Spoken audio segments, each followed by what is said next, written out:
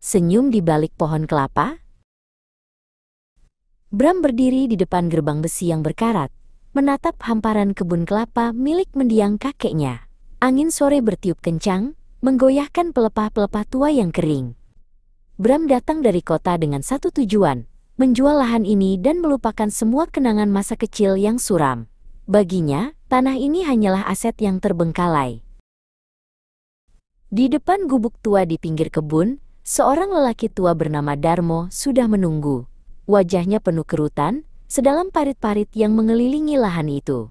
Darmo adalah penjaga kebun itu selama puluhan tahun. Dia menatap Bram dengan pandangan yang sulit diartikan, seolah-olah dia melihat beban yang berat di pundak lelaki muda itu.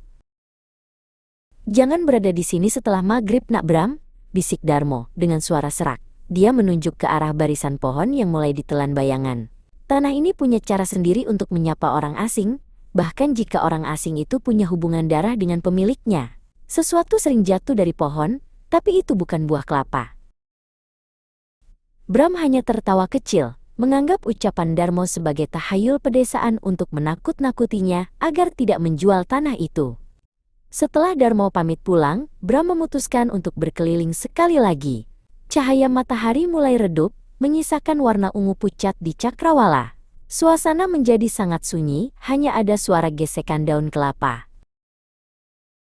Sebuah suara benda jatuh yang berat memecah kesunyian.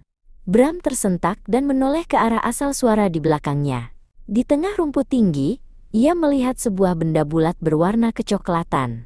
"Hanya kelapa jatuh," gumamnya menenangkan diri, namun jantungnya mulai berdegup kencang karena benda itu mulai bergerak. Benda itu tidak hanya bergerak, ia berguling. Pelan pada awalnya, lalu semakin cepat menuju ke arah kaki Bram. Bram terpaku di tempatnya. Dia mencoba meyakinkan logikanya bahwa tanah itu miring, namun jalan setapak itu datar sempurna. Benda itu berhenti tepat beberapa senti di depan sepatunya, tampak seperti sabut kelapa yang kotor.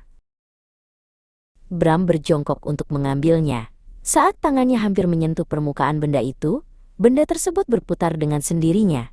Bukan sabut kelapa yang ia lihat, melainkan sebuah wajah manusia yang pucat dengan mata yang melotot lebar.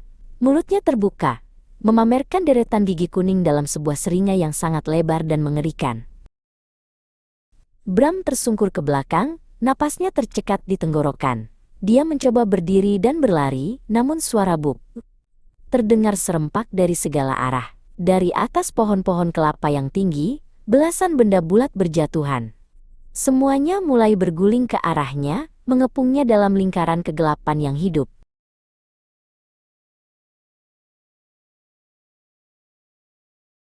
Salah satu kepala berguling hingga ke pangkuannya.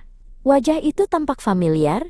Itu adalah wajah yang mirip dengan foto kakeknya yang ada di ruang tamu, namun dengan ekspresi penuh kebencian. Gelundung pringis itu tertawa tanpa suara. Suaranya seperti gesekan amplas. "Tanah ini dibayar dengan darah, bukan dengan uang," bisik suara itu di dalam kepala Bram.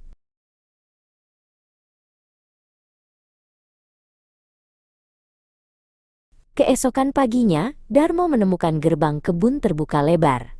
Tas kulit Bram tergeletak di tanah, namun lelaki itu sudah pergi. Bram tidak pernah kembali, dan rencana penjualan tanah itu dibatalkan tanpa alasan. Di kebun itu, kelapa-kelapa tetap berjatuhan. Dan bagi siapapun yang berani masuk saat senja, mereka akan disambut oleh seringai yang tak akan pernah bisa dilupakan.